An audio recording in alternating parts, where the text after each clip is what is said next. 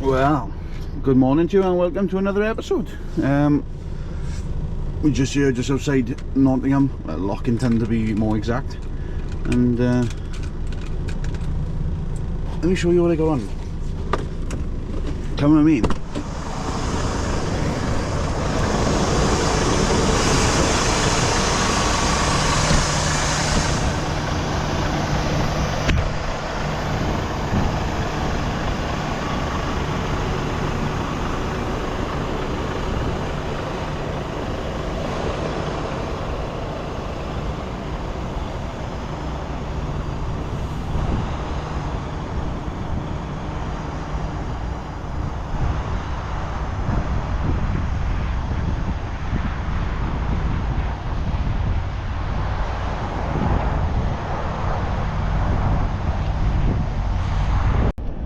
So that's what we got on. We got that grader.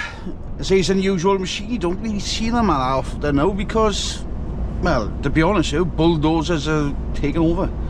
You know, they're moving them. You can build a road just as well with a dozer than you can with a grader. Like, and you know, I mean, a grader is still a very good tool, but only in the hands of the talented. You know what I mean? And them talented people, the majority of them now are retired. You know, companies where they used to have a fleet, these only run maybe one now. Just because you can do the same thing with a dozer and with a GPS and everything like that. The dozers do tend to become a little more cheaper and easier to use and a bit more versatile rather than just something which levels ground and helps with road building. And obviously we don't do that many roads now, so not like on the scale that we used to. So anyway, you don't see many of these about, so they are unusual for a machine for us to take off. They got about 1,000,001 levers, and it's a bit of a guessing game when taking them off if you're not used to them. Myself, not used to it. So it's complicated how the machine actually works. So it'll pivot in the middle. You can move the two parts separate, so the front and the back can pivot. So technically it could crab down the road. You can change the camber, the front wheels drastically and instantly. You can change the pitch and the angle of the blade, change the height of it and all that. But basically whichever way you want to move a machine, it'll do it for you. Like, it's a remarkable tool, but like I said, only in the hands of the skilled, and unfortunately I'm not a skilled operator on it. I'm just somebody who puts it on and off the truck, so it's going to be a bit of a challenge to get it off. When we get closer now, we'll so we're on the last bit of the approach now to where we got to drop this grader off, and look at it. It looks like I'd be getting the wet gear on, unless this shower does blow over, but looking up in that sort of general direction, there could be another one coming in. It's not good, which means I've got to get the wet gear on, which means I'm going to sweat, and it's, yeah, roll on summer, and even though we're on the brink of it, but as I say, May showers, isn't it? May showers or April showers, whatever.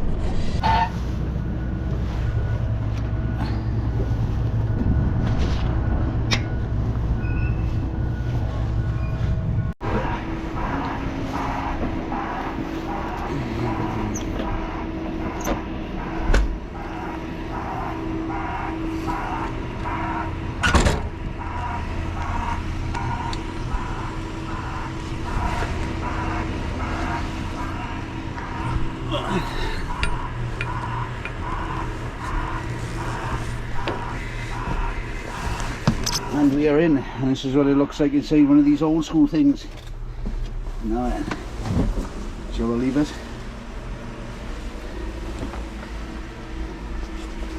Take my gloves off.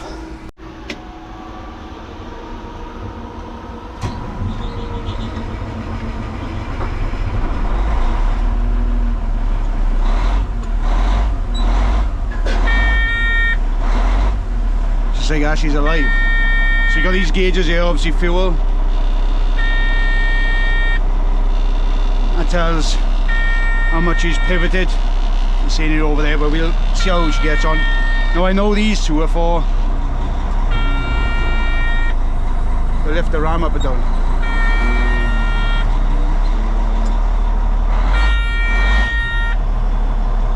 That's the other stuff. It's a bit complicated. So we have got the clutch on the left hand side, which feels like it's nothing there. Put that handbrake off.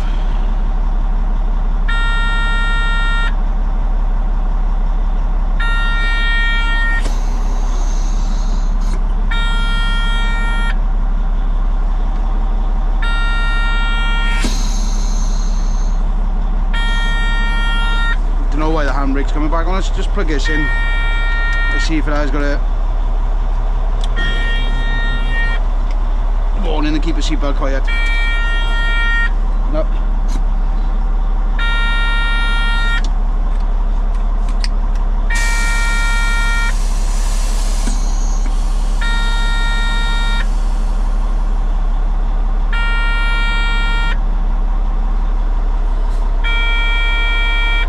Could be because the air is not charged.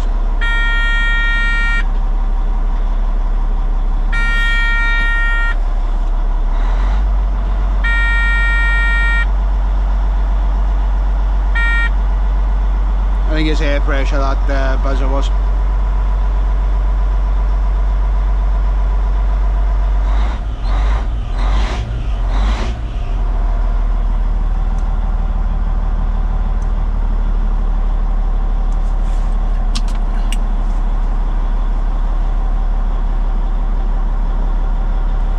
Okay, so we got the handbrake staying down. So we got reverse and forwards. So probably try number 2, because we know this is going to jump.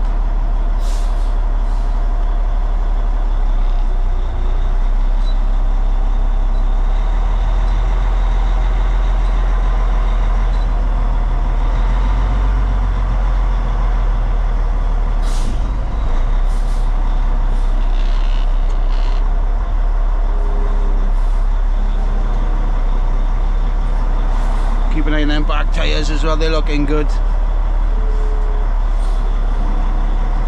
Come over. The ramps on the back are a little bit narrower than what the actual bed is, so and small adjustments with the steering, because these do want to turn sometimes.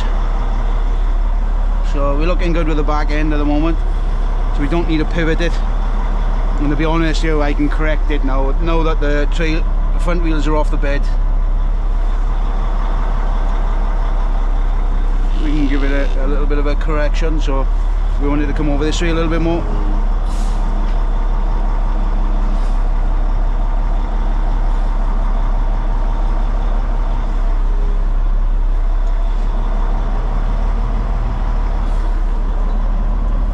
Just like how we're off. So I'm going to put it down, just pick up a bit of speed.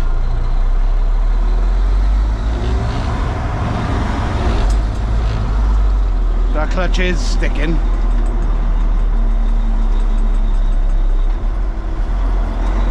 Okay, first we can move it without having to press the clutch. Clutch is only there to start and stop. We still move the gears.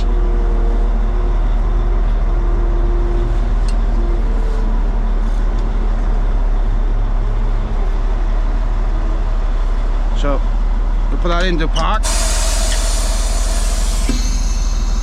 which brings that lever up automatically.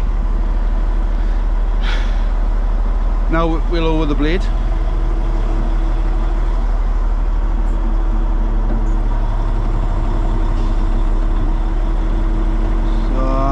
So that side touching.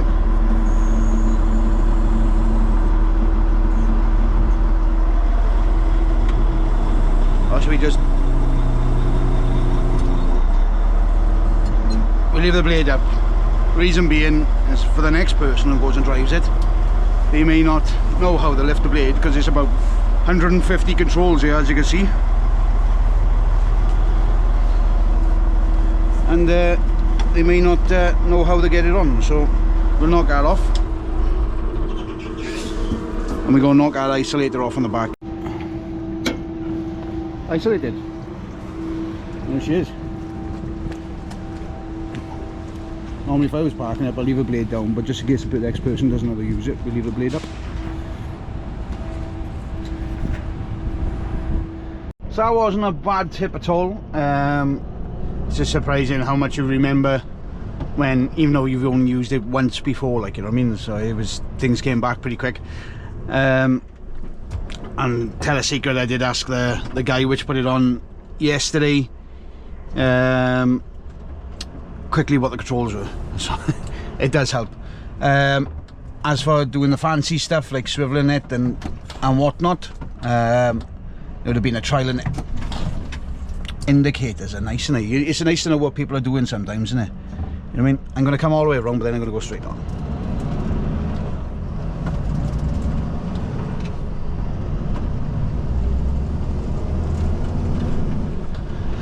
So that wasn't a bad tip, was it? I say we managed to get it off alright. No dramas, you know. It just, because it was put on nice, it came off nice. You know what I mean? That's the easiest way to put it. So we, it is a bit of a machine. I say you can see with all the controls inside and everything. It does a lot of stuff, like, you know what I mean. But it's not for the faint-hearted. It's for, you know, I'd say the veteran operators, and you know what I mean, people have been doing it for years, like, you know what I mean, not somebody like me who just drives them on and off the trailer. That's only the second one I've ever carried as well.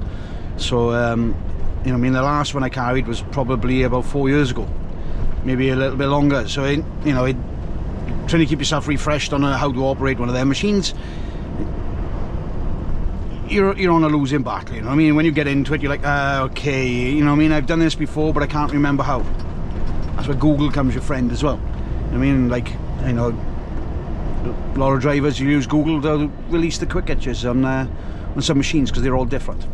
So anyway, that's all tipped off, and we go into Eastcliff Quarry now. You would have seen it on a previous episode where we dropped the screen off. We're going to collect that screen now and take it to a different location. So we'll see how we shall we get on with that one. It'll probably be in another episode, that one. But for this one, I'll say thank you very much for watching, and if you haven't done so already, please subscribe to the channel and take a look at that other channel as well. The new one has just been set up, if you're into that sort of stuff, you know what I mean. It's a little bit darker than what this one is, but there's a lot of interesting things that goes on the UK road. So yes, definitely go and take a look at that channel. So you subscribe to that one if you can. Remember to like and comment on the video, and if you're interested, why not become a channel member by hitting join now underneath the video, and maybe buy us a coffee using a link in the description below. I am going to be coming up with some new merch. I am going to be using a different supplier, which is going to be supplied from the UK, and it is going to be cheaper than the current one, which is based in Germany. So that is in due course to change it, but obviously you've got to upload your logos and stuff like that, to edit each top and everything, so it does take time, and obviously with editing and everything it does things. So if you're thinking about buying the top, I'd hold off a second and just wait for the new store to release. So other than that, thank you very much for watching, and until next time, bye bye.